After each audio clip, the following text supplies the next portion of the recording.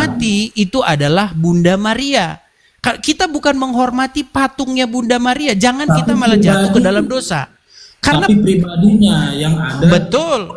di dalam Betul. patung itu, maksudnya di balik patung itu pribadinya gitu. Bukan patung. Tetapi yang terjadi, Bang, itu contoh-contoh dalam Alkitab ya, Bang ya. Saya kasih contoh. Di dalam Alkitab pernah Tuhan memerintahkan kepada Musa untuk membuat ular tedung dari Ya. tembaga lalu menaruhnya di atas sebuah tiang begitu. Lalu dikatakan barang siapa yang memandang kepada ular tersebut maka dia akan menjadi sembuh. Nah, tetapi pada prakteknya di lapangan akhirnya umat Israel jatuh ke dalam dosa karena mereka malah menyembah patung itu, menyembah ular tembaga itu. Nah, saya kasih contoh lagi, Bang. Kalau Abang mungkin lihatnya mungkin baru satu contoh ya. Saya kasih contoh misalnya, Bang ya. Saya kasih contoh lagi.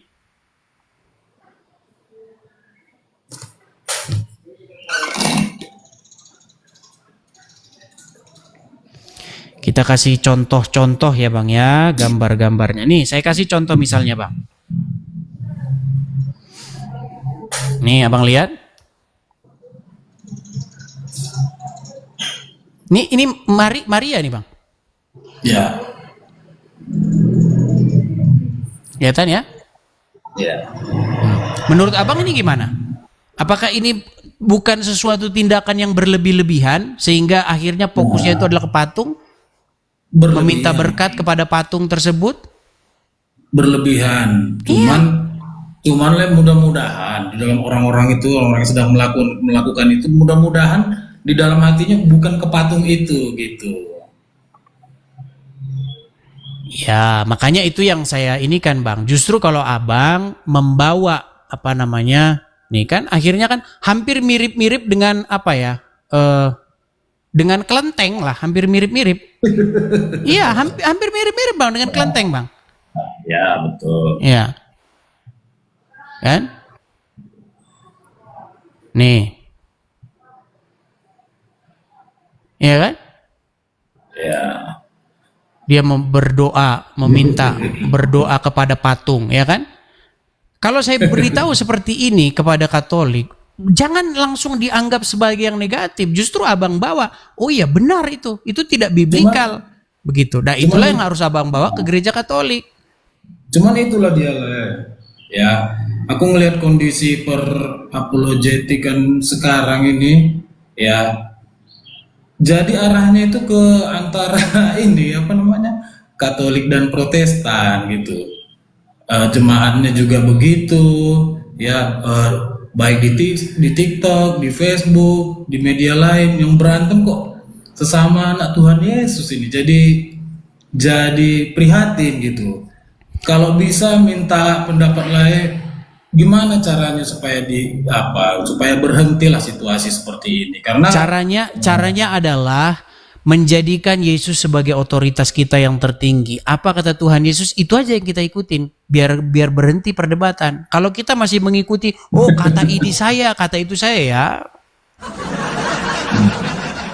Dan mereka itu seperti RK atau Romo Cafe, mereka itu nggak mewakili Katolik. Terutama satu lagi ya, kalau Romo yang saya tahu, pastor atau Romo Katolik itu modelnya nggak seperti itu, ngata-ngatain bidat lain, agama lain, enggak.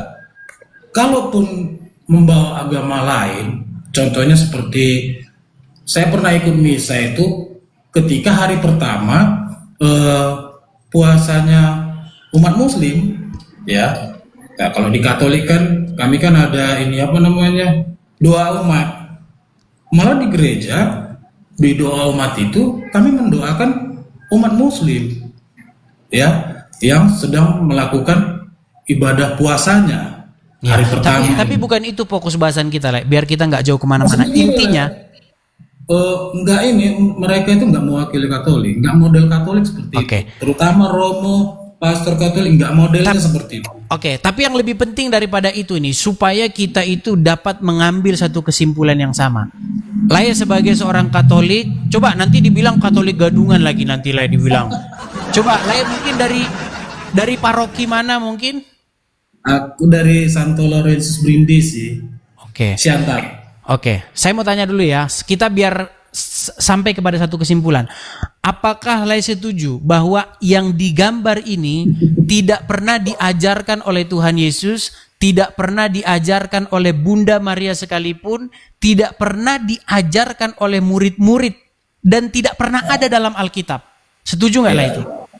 Iya, nggak pernah ada seperti itu. Oke, baik. Kalau udah seperti itu berarti sudah selesai. Nah, Ya. izin screenshot lah ya.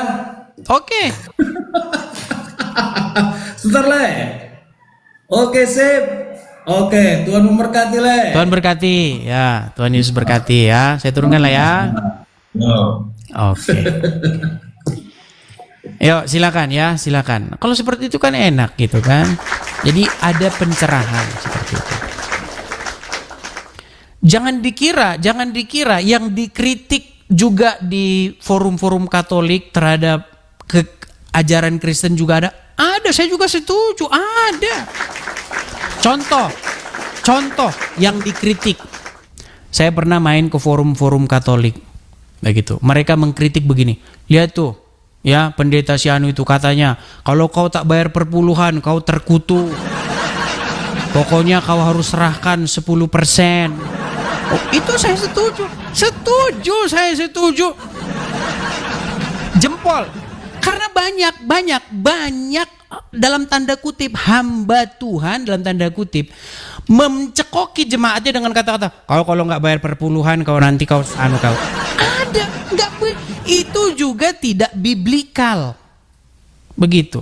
Makanya teman-teman, kita ini bela yang benar, bukan bela denom. Mau denomnya apapun kalau benar. Mau denomnya apapun kalau salah, ya salah. Begitu. Jadi teman-teman, yang benar di dalam Alkitab itu adalah bahwasanya seseorang yang menjadi pelayan Tuhan, maka dia itu makan dari situ. Dia hidup dari situ. Seseorang yang bekerja, dia pantas mendapatkan upahnya. Jadi jangan dibilang bahwa hamba Tuhan, kau nggak boleh makan dari pekerjaanmu. Itu sesat juga. Nggak boleh. Dia seorang pemberita firman Tuhan, maka dia makan dari situ. Kalau misalnya Anda berkata, kau jangan jangan itu juga nggak boleh. Tetapi kalau kau bilang wajib kau kasih sebegini, itu juga nggak boleh.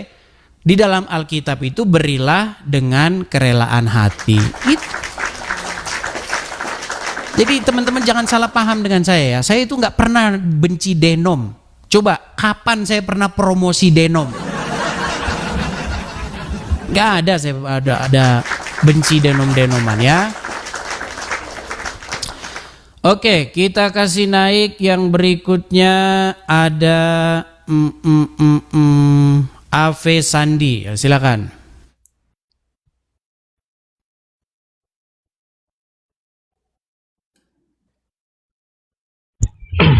Silakan Ave Sandi, nyalakan kamera Anda.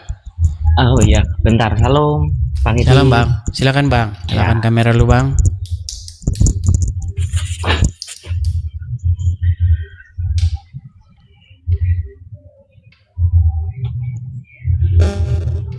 Halo Bang. Halo Bang, silakan Bang. Kenalin diri dulu Bang, Muslim atau Kristen? Saya Katolik.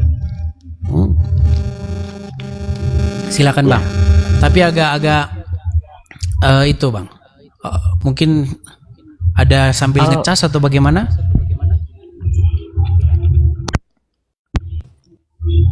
Bentar, mungkin headsetnya ya kali ya. Oke, sekarang udah. Silakan Bang. Iya. Sebenarnya juga gini ya, Bang Edi. Sebenarnya bukan hanya soal patung saja yang harus direvisi di Katolik, menurut saya. Karena pengalaman saya jadi Katolik dari lahir sampai 41 tahun ini. Abang 41 tahun tapi kok masih ganteng banget Bang. Biasanya kalau udah 40 ada di Alkitab. Kalau udah 40 masih ganteng, berarti selanjutnya Abang ganteng terus ya. Silakan Bang. Ya. Jadi selama 41 tahun menjadi orang Kristen Katolik, saya mendapatkan damai itu 2 tahun ini. Tapi satu syaratnya, itu hanya kita menggunakan mulut kita itu hanya untuk memuji kemuliaan nama Tuhan Yesus. Saya tidak pernah, selama 2 tahun ini saya nggak pernah berdoa terhadap Santa dan Santo. Santa Maria saya nggak pernah, terpujilah nama Yesus, Bunda Maria dan Santo Yosef, saya nggak pernah. Saya hanya untuk memuji muliakan nama Yesus, satu itu saja. Kenapa? Saya nggak pengen jadi Gomer. Itu karena dalam satu nama Tuhan Yesus itu punya kuasa segala-galanya. Kita nggak perlu bantuan para santa untuk mendoakan bagi saya, karena sejak kapan orang mati menjadi pendoa bagi yang masih hidup gitu loh. Ya. Ya. Jadi abang Katolik yang yang Jos. Dan ini gini ya Bang Edis ya. Setelah 2 tahun ini saya berdoa tanpa itu lagi, hanya mengucapkan segala kemuliaan itu bagi Tuhan Yesus. Itu ada mukjizat yang luar biasa yang saya terima itu loh. Punya kuasa, mukjizat itu nyata loh. Bener-bener nyata. Itu saja. Jadi kalau saya memang nggak kalau denominasi itu saya tetap di Katolik, walaupun ada Romo di bawah mau keluarkan saya dari akta keluarga Katolik, ya silakan, nggak masalah bagi saya gitu loh. Tapi bagi saya tetap hanya satu kemuliaan, hanya kepada Tuhan Yesus. Yesus berkata, makananku adalah mengerjakan apa yang Bapakku kehendaki, dan kita sebagai anak-anak Kristus itu mengerjakan apa yang Yesus kehendaki, karena dia ulat kirmisi bagi saya. Seperti itu saja. Terima kasih. Mengenai saya tanggapi Bang, mengenai doa-doa kepada Santo dan Santa ya Bang ya. Saya ada satu kiriman ini Bang ya, saya balikan dulu kamera saya. Jadi teman-teman, biar teman-teman ngerti ya. Oke, sebentar ya. Ini kiriman ini kayaknya agak sedikit perlu abang tanggapi nih Bang, mengenai doa kepada para santo. Bahkan ini katanya santo khusus katanya, santo khusus buat ngapus utang katanya Bang. Bentar nih. Sebentar ya Bang, sabar sedikit, bentar Bang ya. Sedikit Bang, karena saya harus cari tadi kirimannya di mana. Sedikit ya Bang ya. Sabar Bang, ya. Sabar.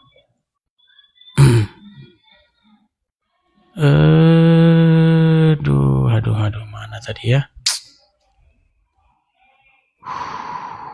Mana tadi? Gini aja Bang, kalau di Katolik itu ada namanya, kalau pas Paskah itu ada litani ya, seperti misalnya Santa Maria Bunda Allah, doakanlah kami. Santo Matius, doakanlah kami. Ya seperti itu. Saya pelayan Ekaristi sejati. Jangan kira saya ini Katolik abal-abal loh. Bener. Gak ada di Kristen ajaran kayak gitu. Itu. Oke, sebentar ya. Kayaknya mungkin ini apa ya? Ini atau ini ya, sebentar. Waduh, kemana ya tadi ya? Terus ada satu lagi gini Bang Edis. Ini, ya, sambil ngomong, harus sambil saya cari ya, sambil saya cari. Ini ada satu lagi yang perlu saya suarakan ini, karena ini kayaknya sudah bertentangan dengan ajaran Kristus, bahwasanya ini bapak saya yang dengar ya. Pada waktu itu saya memang nggak kerja, terus ada yang menyampaikan seperti ini. Kalau misalnya ada orang tuanya ini anaknya murtad. Nah, orang tuanya ini yang anaknya murtad ini katanya sekarang ini nggak dikasih nggak bisa menerima tubuh dan darah Kristus. Terus kalau bisa kita nggak usah berhubungan lagi dengan orang itu, seperti itu. Kayak misalnya, loh kenapa ini kayak penghakiman, padahal Tuhan Yesus sendiri nggak mengajarkan seperti itu. Orang tua anaknya yang murtad itu, orang tuanya sakitnya minta ampun, itu menangis, itu remuk hatinya. Bukannya kita justru Tuhan Yesus itu datang kepada orang yang remuk hatinya. Ini malah kita yang orang tua. Seharusnya kalau misalnya ada domba yang hilang, ini tugasnya pastor atau romo ini datang ini. Oh, ajakin lagi kembali kalau bisa. Ini yang aku dengar ini kok, ini semakin melenceng kayaknya. Ini nggak betul, ini sesuatu yang harus dibenerin. Seperti itu. Tuhan Yesus nggak pernah ajarin menghakimi orang lain, apalagi pengikut Kristus, orang yang percaya pada Kristus. Domba yang hilang itu harus dicari. Itu. Jangan malah justru dihakimi. Seperti itu. Saya kira itu aja Bang Edis. Dan iya. Itu aja sih. Terima kasih Bang Edis ya, saya mau menunjukkan dulu sama Abang ya, karena mengenai santo-santo ini kayaknya perlu Abang baca-baca juga ini Bang, kayaknya komentar-komentarnya, karena ini agak sedikit seru Bang. Saya kasih lihat ya Bang ya, sabar ya Bang ya.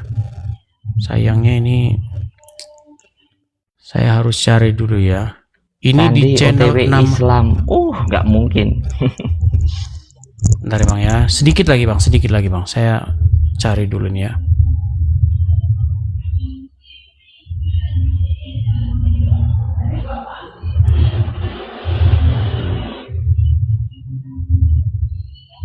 Sedikit sabar. 30 detik ya. Saya harus mencari karena saya dapat kiriman ini Bang. Ini dia. Nah, ini dia, udah ketemu. Ini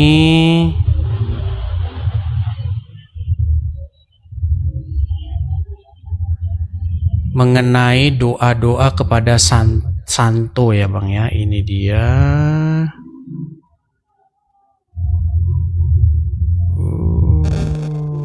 Mana lagi? Ya mungkin lain kali aja lah Bang. Karena kalau dapat kiriman ini memang agak susah sih Bang ininya. Iya, iya, gak apa-apa. Karena banyak sekali sih yang ngirim-ngirim ini, terus jadi hilang dia. Aduh, tadi udah ketemu loh. Mana sih ya? Ya. Ini komentarnya banyak sekali loh Bang, dan ini kayaknya perlu Abang perlu Abang ini kan kepada penonton. Iya. Tapi itu memang ada ya Bang ya, doa-doa kepada santo-santo itu Bang ya. Ada di Mada Bakti juga ada. Itu ada doa-doa litani kepada para kudus dan para malaikat di surga, ada. Seperti itu. Misalnya seperti bulan Mei ini kan bulan Maria ya. Khusus ya, ada ini doa rosario khusus untuk Bunda Maria. Biasanya seperti itu ada. Ya.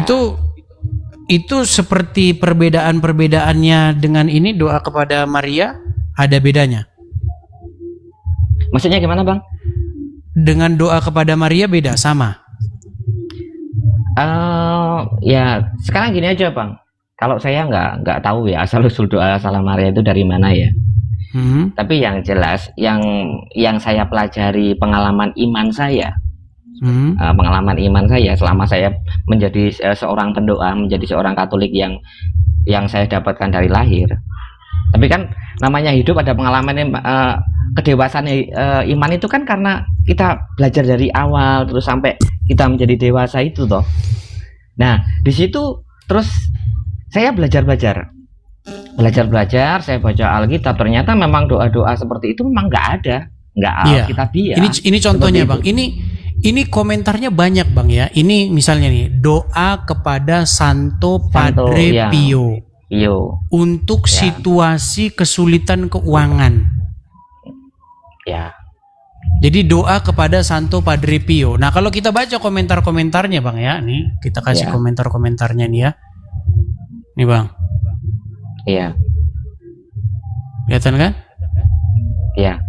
Amin, aku lagi.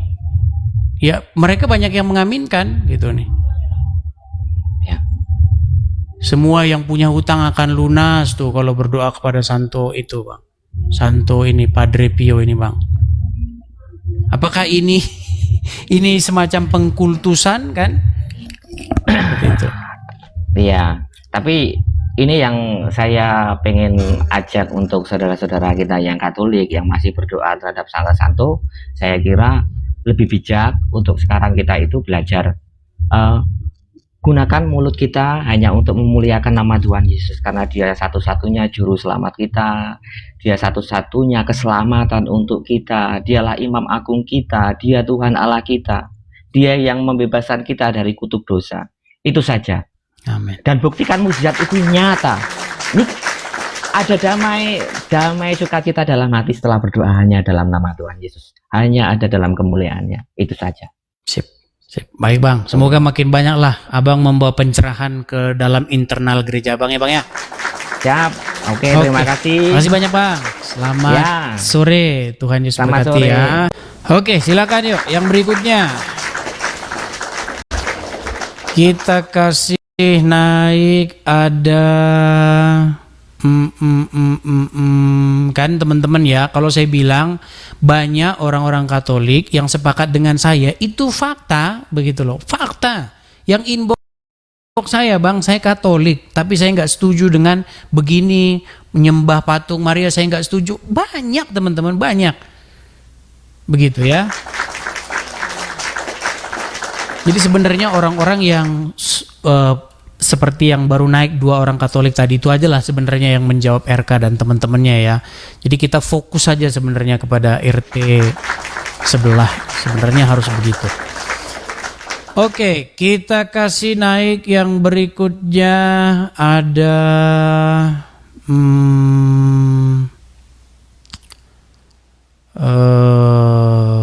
sebentar ya.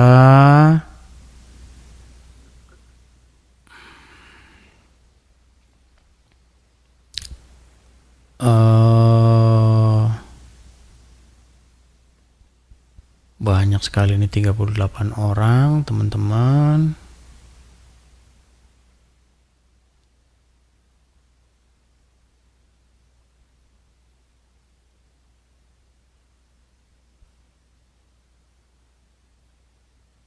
Kita kasih naik ada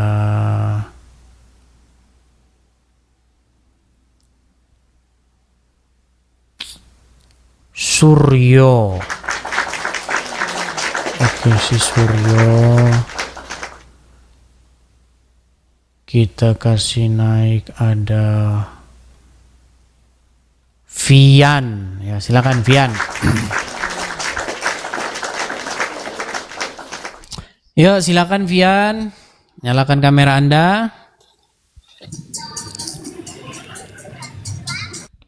Halo Vian. Oke, Vian terpental. Kita kasih naik ada Yufer. Ya, silakan Yufer.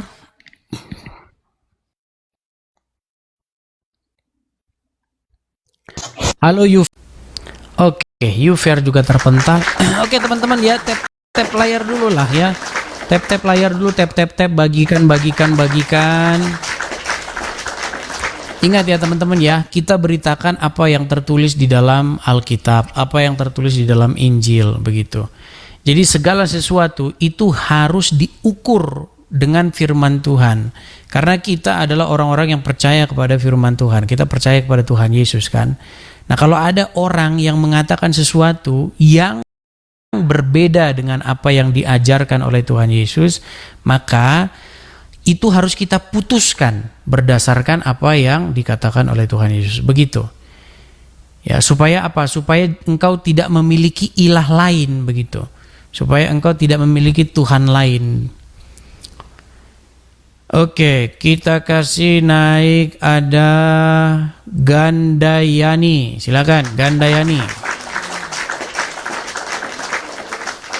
Yuk, Gandayani. Halo. Iya, silakan Bang. Nyalakan kamera dulu, Bang. Gandayani, silakan. Oke. Kenalan dulu, Bang. Kristen atau Islam? Saya Kristen, Bang. Oke. Apa yang mau Anda utarakan, Bang? Silakan. Bang, kalau saya memahami untuk mengatakan seseorang bersalah, misalnya ajaran si A bersalah, kemungkinan kita menganggap diri kita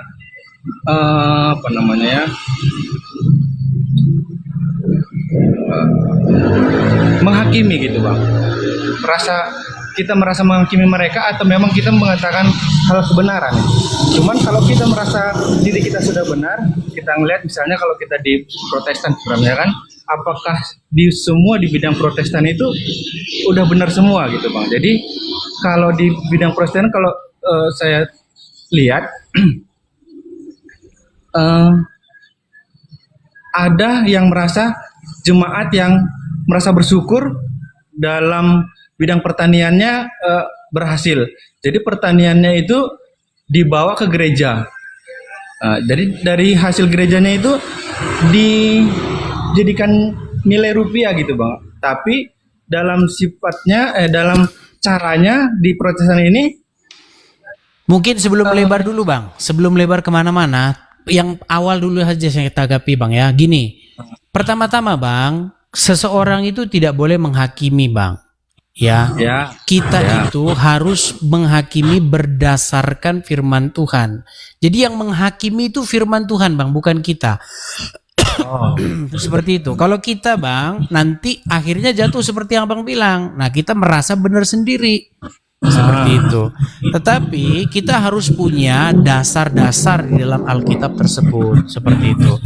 Makanya seperti yang saya bilang tadi Bang, ada seseorang yang berkata bahwa Tuhanlah yang menyuruh menyembah patung. Menurut Abang, apakah itu harus dibiarkan? Ya, kalau dari isi Alkitab ya nggak dibenarkan. Gitu nah, iya. Tapi Bang, kalau statement-statementnya itu masih ada bisa dalam sudut pandang yang benar, itu nggak pernah saya tanggapi. Contoh, masalah dwi natur. Ya memang ada juga bisa, artinya itu masih debatable Bang. Dwi natur, ya kan? Hypostasis union, ya kan? Itu masih debatable, artinya sesuatu yang memang masih ada dasar-dasarnya untuk menguatkan argumen tersebut. Tapi kalau Tuhan nyuruh nyembah patung Bang, gimana? Nah, itu kan sudah parah Bang. Ibarat kata itu sama saja ngomong Tuhan nyuruh nyembah ayam. Ya nggak ada gitu. Itu memang sudah sesuatu yang bertentangan dengan Alkitab. Ada banyak denom Bang, ada banyak perbedaan-perbedaan. Tetapi semuanya masih bisa ditolerir begitu. Izin Bang, kan Abang banyak bahas di channel-channel Abang itu tentang yang kebenaran di Alkitab ya. Dari sisi Muslim dan dari sisi akhir-akhir ini yang saya ikutin Katolik. Cuman ada nggak di bagian kita di Protestan yang agak melenceng gitu Bang, yang biar supaya itu bisa dibawa di banyak Bang. Banyak itu, yang tadi itu. Yang tadi yang saya contohin tadi itu. Ya kan? Contoh misalnya si Anu udah belum kamu? Persepuluhanmu udah kuantar belum ke sini? Oh iya, betul. Itu tidak biblikal Bang, tidak biblikal. Yang biblikal itu adalah bahwa seorang pemberita firman Tuhan itu patut mendapatkan upahnya. Dikatakan apa dalam Alkitab? Janganlah engkau memberangus mulut lembu yang sedang mengirik. Begitu. Artinya apa? Artinya seorang pemberita firman Tuhan, dia hidup dari situ. Seperti kata Rasul Paulus, seorang yang bekerja patut mendapatkan upahnya. Begitu. Ya, setuju. Itu yang benar. Karena, tapi kalau dibilang harus sekian-sekian, itu nggak benar. Begitu. Oke, hanya itu Bang. Kita kasih kesempatan dulu kepada yang lain ya. Boleh satu lagi Bang? Nanti yang lain gak kebagian nih Bang. Padahal kita nunggu-nunggu ngarep-ngarep ini loh yang ini Bang ya. Gitu ya Bang ya. Oke? Oke. Makasih Bang ya. Tuhan berkati ya. Saya turunkan. Oke, kita lanjutkan.